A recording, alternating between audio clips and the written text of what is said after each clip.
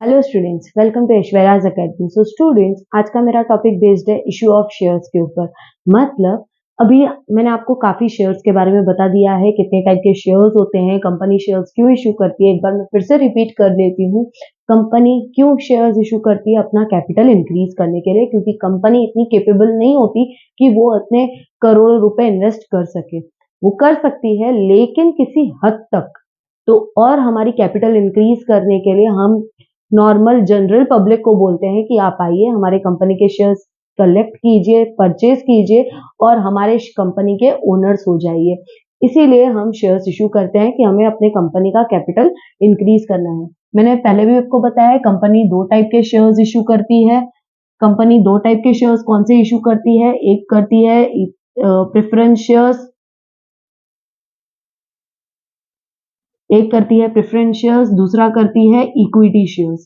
Company दो type के shares issue करती है, लेकिन कंपनी सबसे पहले इशू करती है इक्विटी शेयर्स। उसके बाद भी पैसे की कमी रहती है तो फिर सेकंड प्रायोरिटी देती है प्रेफरेंस शेयर्स को।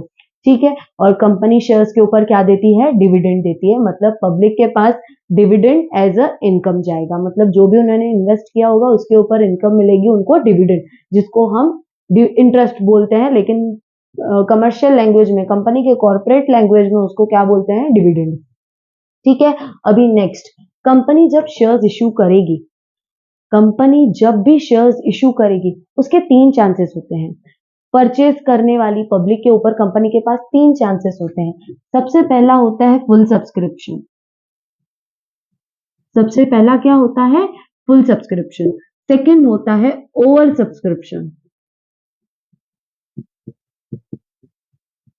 थर्ड होता है अंडर सब्सक्रिप्शन।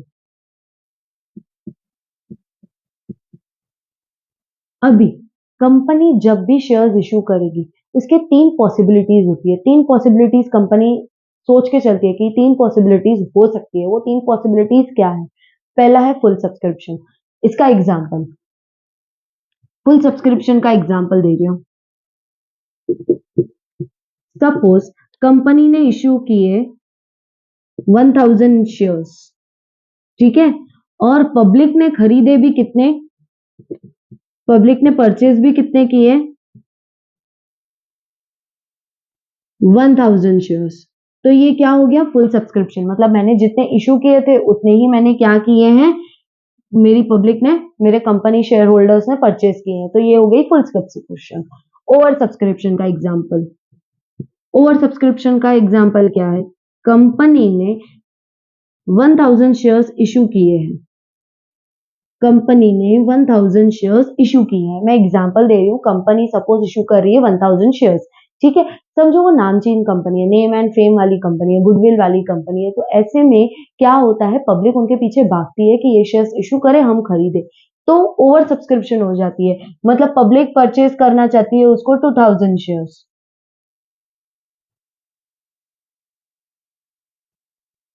मतलब लोगों ने डॉक्यूमेंट्स कितने के लिए हैं?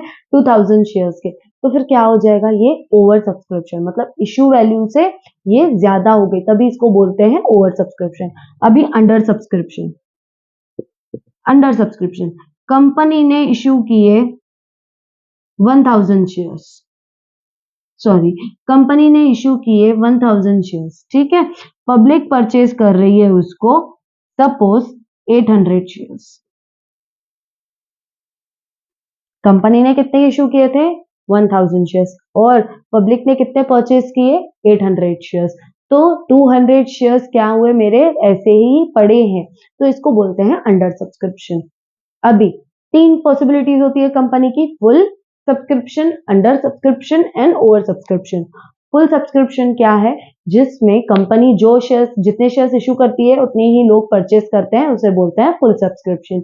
अंडर ओवर सब्सक्रिप्शन क्या है? ओवर सब्सक्रिप्शन, जितने इशू कर रही है कंपनी शेयर्स उससे ज्यादा लोग सब्सक्राइब कर रहे हैं, तो इसे बोलते हैं ओवर सब्सक्रिप्शन। अंडर सब्सक्रिप्शन क्या है? कि मैंने जितने शेयर्स इशू किए हैं लोग उतने भी नहीं खरीद रहे हैं, तो उसे बोलते हैं अंडर सब्सक्रिप्शन।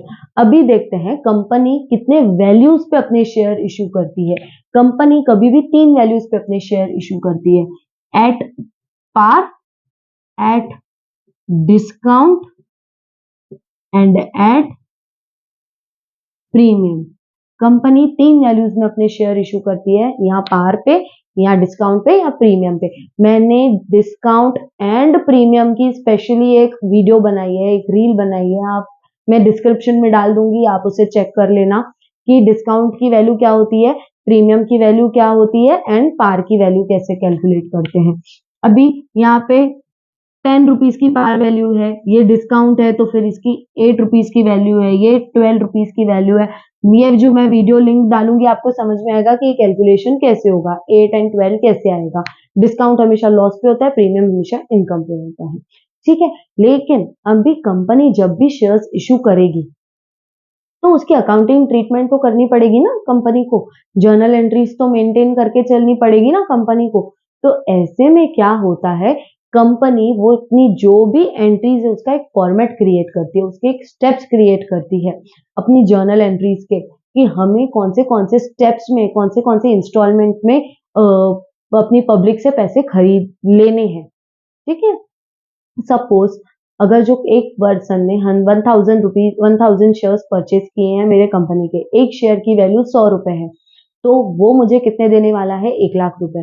1 लाख वो इकट्ठे तो नहीं देगा, एक साथ नहीं देगा, तो ऐसे में उससे हमें कॉल्स करने पड़ेंगे, first call, second call, third call, final call, मतलब हमें उसे इंस्टॉलमेंट्स लेनी पड़ेगी। मैं एक जनरल लैंग्वेज में बोल रही हूँ, हम कॉर्पोरेट सेक्टर में उसको बोलते हैं calls, first call, second call, third call. मैं जनरल लैंग्वेज में आपके समझने के लिए कह रही हूँ इंस्टॉलमेंट्स, कि हम उनसे first instalment, second instalment and third instalment में ऐसे में कलेक्शन करेंगे। तो इसके नेसेसरी स्टेप्स होते हैं कि जर्नल एंट्रीज हम कैसे करते हैं। जर्नल एंट्रीज के स्टेप्स में अभी आपको बता रही हूँ कि आप जब भी सम करने जाएंगे तब किस वे में सम करेंगे, ठीक है।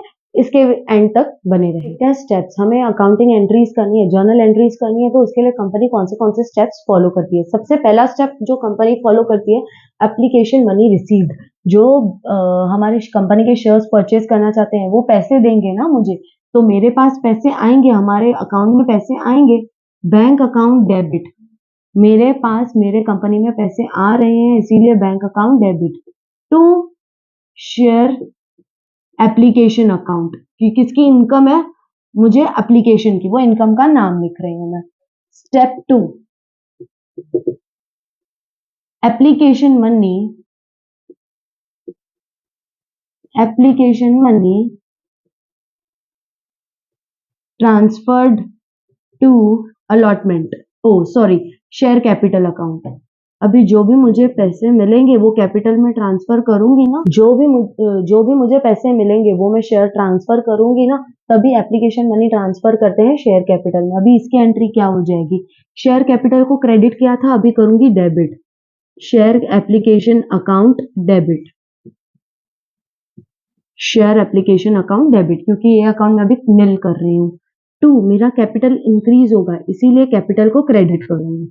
2 शेयर कैपिटल अकाउंट, मेरा कैपिटल इंक्रीज हो रहा है इसीलिए मैं उसको क्रेडिट कर रहा हूँ।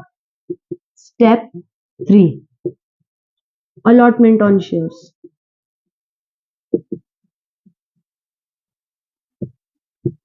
अभी मैं सिंपल आपको एक बता रही हूँ, अलॉटमेंट ऑन शेयर्स।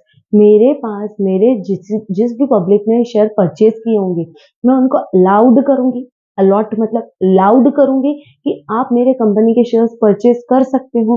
मतलब मैं उनको बोल रही हूँ कि आप अलाउेबल हो, आपको अलाउेबल है कि आप मेरे कंपनी के शेयर्स परचेज करो। तो इसीलिए उसके लिए हम एंट्रीज करते हैं। पहले करते हैं अलॉटमेंट मनी ड्यू की। अलॉटमेंट मनी ड्यू की क्या करते हैं, शेयर अलॉटमेंट अकाउंट डेबिट, मतलब उनसे हम पैसे मांगते हैं, share allotment account debit to share capital account, ये है ड्यू की एंट्री। अलॉटमेंट मैं यहाँ पे बीइंग में लिख रही हूँ, allotment money due, allotment money due. अभी जो मैं ड्यू कर रही हूँ मतलब उनसे मांग रही हूँ, तो मुझे पैसे रिसीव भी तो होंगे, तो उसकी एंट्री करूंगी बैंक अकाउंट डेबिट, क्योंकि मुझे पैसे मिल रहे हैं, किस चीज के मिल रहे हैं, शेयर अलॉटमेंट के, टू शेयर अलॉटमेंट अकाउंट, ठीक है। अभी फोर्थ स्टेप पे, step 4, calls due and received account. अभी ये फोर्थ स्टेप है कि अभी जो मैंने आपको बताया था कि इंस्टॉलमेंट मांगेंगे उनसे, तो वो इंस्टॉलमेंट को यहाँ पे कॉर्पोरेट सेक्टर में क्या बोलते हैं, कॉल्स। वो फर्स्ट कॉल हो सकता है, सेकंड कॉल हो सकता है, थर्ड कॉल हो सकता है, अकॉर्डिंग टू देयर मनी। तो क्या करेंगे, फर्स्ट कॉल या सेकंड कॉल जो भी रहेगा, मैं यहाँ पे एग्जांपल लिख रही हूँ फर्स्ट कॉल। सपोज मैं यहाँ पे एग्जांपल लिख रही हूँ first call account debit, first call account debit to share capital account. मैं उनसे इनके पैसे मांग रही हूँ, इसीलिए इसका अभी रिसीव्ड होगा, ये तो ड्यू है। अभी रिसीव की एंट्री क्या हो जाएगी, क्योंकि मुझे पैसे मिलेंगे तो लिखूंगी बैंक अकाउंट डेबिट टू किस चीज के पैसे मिल रहे हैं, शेयर फर्स्ट कॉल अकाउंट। ये मनी रिसीव्ड की एंट्री है। अभी मुझे ये एक आपको बताना है, वो फर्स्ट कॉल हो तो भी ड्यू एंड रिसीव्ड करेंगे, थर्ड कॉल हो तो भी ड्यू एंड रिसीव्ड की एंट्री करेंगे, फोर्थ कॉल हो तो भी ड्यू एंड रिसीव्ड की एंट्री करेंगे।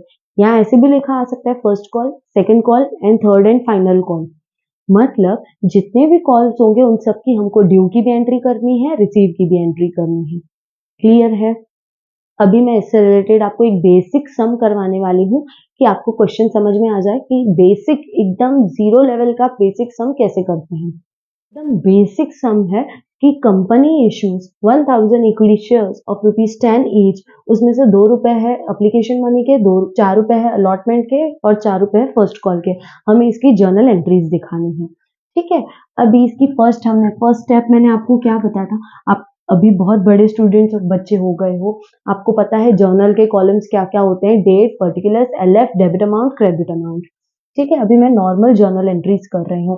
फर्स्ट जर्नल एंट्री क्या होगी, फर्स्ट स्टेप मैंने बताया था एप्लीकेशन मनी रिसीव्ड की, तो लिखेंगे bank account debit to equity share, क्योंकि यहाँ पे शेयर का नाम लिखा हुआ है कि वो इक्विटी शेयर्स कर रहा है, तभी लिखूंगी यहाँ पे इक्विटी शेयर एप्लीकेशन अकाउंट। मतलब मुझे किस चीज के पैसे मिल रहे हैं, इक्विटी शेयर एप्लीकेशन अकाउंट के। कितने हैं, ₹2 है। कितने शेयर्स इशू कर रहा है, ₹2। मतलब इसकी वैल्यू कैसे कैलकुलेट होगी, 2 इंटू 1000। कितना लिखूंगी मैं यहाँ पे, 2000 डेबिट में, 2000 क्रेडिट में। बीइंग आपको आता है, बीइंग एप्लीकेशन मनी रिसीव्ड।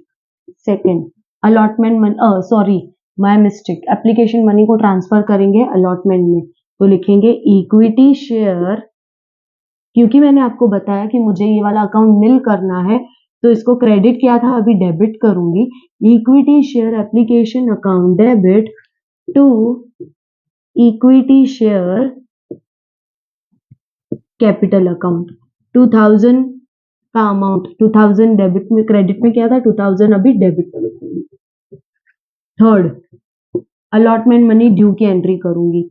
मैंने अभी थर्ड स्टेप पे आई हूं, अलॉटमेंट मनी ड्यू। क्या लिखूंगी, equity share allotment account debit, equity share allotment account debit to equity share capital account, क्योंकि मेरा कैपिटल ये इंक्रीज करने वाली है। ठीक है। अभी अमाउंट कितना है, ₹4 और शेयर्स कितने हैं, 4000। ₹4 इंटू 1000 कितना हो जाएगा, 4000। अभी ये मैंने ड्यू किया है, अभी रिसीव की भी तो एंट्री करूंगी ना, अलॉटमेंट मनी रिसीव भी तो मिलेगा ना, पैसे आएंगे। Bank account debit to equity share allotment account. मेरे पास पैसे आ रहे हैं इसीलिए डेबिट, और अलॉटमेंट मेरी इनकम है, यहाँ पे लिखूंगी दोनों में 4000। ठीक है। Next first call money received due, first call due, तो लिखूंगी first call account debit, first call on equity shares account debit to equity share capital account, क्योंकि मैं उनसे पैसे मांग रही हूँ। First call account debit to equity share capital account, same ₹4000, क्योंकि ₹4 का एक शेयर है, 1000 इक्विटी शेयर है। अभी रिसीव की एंट्री करूंगी, bank account debit to equity shares first call account, क्योंकि वो मेरी इनकम है, equity shares first call account. Money received 4000 जो मैंने ड्यू किए थे वो मुझे रिसीव हो गए। अभी स्टूडेंट्स, ये मैंने एकदम बेसिक सम दिया था स्टूडेंट्स, इसमें कॉल्स एंड अरियर्स भी है, जो पैसे मुझे नहीं देते हैं उनका ट्रीटमेंट कैसे, जो एडवांस में देते हैं उनका प्रीमियम कैसे। अच्छा, यही सम में अगर जो डिस्काउंट आ जाए, प्रीमियम आ जाए, तो हम सम कैसे करेंगे, इसके लिए मैं पार्ट 2 वीडियो का बनाने वाली हूँ। Till then please do follow us, please like share and subscribe my channel. Thank you.